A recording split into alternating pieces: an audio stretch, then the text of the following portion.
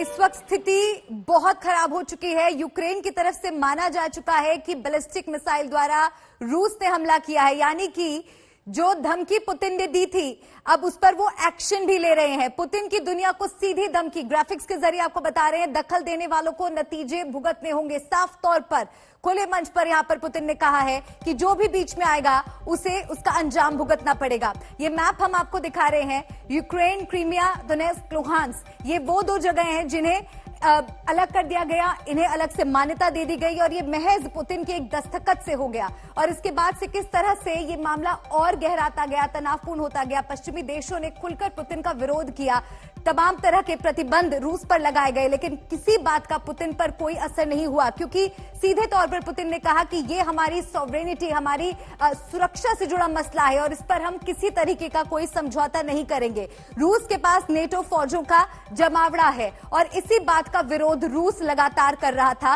ये मैप के जरिए हम आपको बता रहे हैं और ये वो क्रिटिकल एरियाज है जहां पर तनाव इस वक्त बना हुआ है। Romania, Poland, Lithuania, Latvia, Estonia, Belarus, Ukraine और रूस। तो ये पूरा विवाद सीमा को लेकर है और रूस नहीं चाहता था कि यूक्रेन नेटो में शामिल हो और लगातार इस बात के लिए वो यूक्रेन को रोक रहा था। और आज फिर पुतिन ने कहा है कि अभी भी वक्त है, अगर यूक्रेन अपने हथियार डाल देता है तो आगे युद्ध की स्थिति पैदा नहीं होगी। अगर परमाणु जंग छिड़ जाती है तो किसमें कितना है दम, वो हम आपको बता रहे हैं। रूस की अगर बात की जाए तो 6400, अमेरिका की अगर बात की जाए परमाणु हथियारों की संख्या 4000 से ज्यादा और यूरोप अमेरिकी बम 100, यानी कि अगर युद्ध की स्थिति पैदा होती है तो पूरे विश्व पर इसका असर पड़ेगा, ना सिर्फ सुरक्षा के लिहाज से बल्कि आर्थिक लिहाज से भी, क्योंकि कोरोना संकट के बाद तमाम देशों की जो अर्थव्यवस्था है वो उबर रही थी और ऐसी स्थिति में अगर इस तरह का युद्ध होता है तो एक बड़ा झटका तमाम देशों को लगेगा। और हमने देखा कि इस खबर के सामने आने के बाद से किस तरह से एशियाई बाजार में भी भारी गिरावट देखने को मिली। तो कहीं ना कहीं अगर इस तरह की संकट, इस तरह की स्थिति पैदा होती है तो दुनिया पर एक बहुत बुरा और बड़ा असर वो डालेगी। और मेरे साथ मंजीत लगातार जुड़े हुए हैं। मंजीत, हम जिस तरह से दर्शकों को यहां पर समझाने की कोशिश कर रहे हैं कि ये जो कार्रवाई रशिया द्वारा की गई है ये ना सिर्फ यूक्रेन के लिए एक बड़ा खतरा है, बड़ा संकट है, बल्कि पूरे विश्व पर इसका असर पड़ेगा।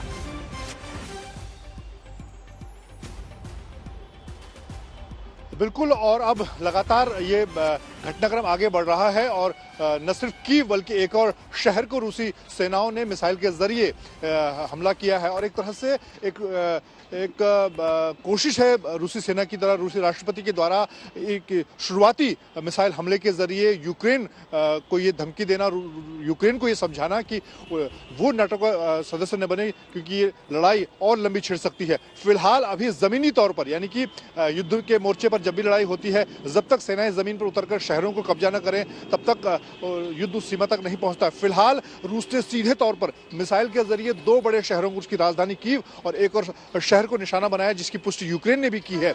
और अगर ये घटनाक्रम लगातार आगे बढ़ता है तो कुछ घंटों के बाद रूसी सेनाएं, जिस तरह से हम बता रहे हैं कि चारों तरफ से क्रीमिया के जरिए बेलारूस और दूसरी जो यूक्रेन की सरहदें हैं वो चारों सरहदों पर रूस की सेनाएं बैठी हुई हैं, वो भी आगे बढ़ेंगी। जिन दो देशों को रूसी राष्ट्रपति ने मान्यता दी है उनकी सीमाओं का भी निर्धारण रूस करेगा और उसके बाद एक तरह से युद्ध बड़े स्तर पर पहुंच जाएगा। इसमें भूमिका नाटो की भी होगी, लेकिन फिलहाल क्रूज और बैलिस्टिक मिसाइल के जरिए दो शहरों को निशाना बनाकर सीधे तौर पर व्लादिमीर पुतिन ने यूक्रेन को एक तरह से चेता दिया है कि वो उनकी शर्तों को मान ले।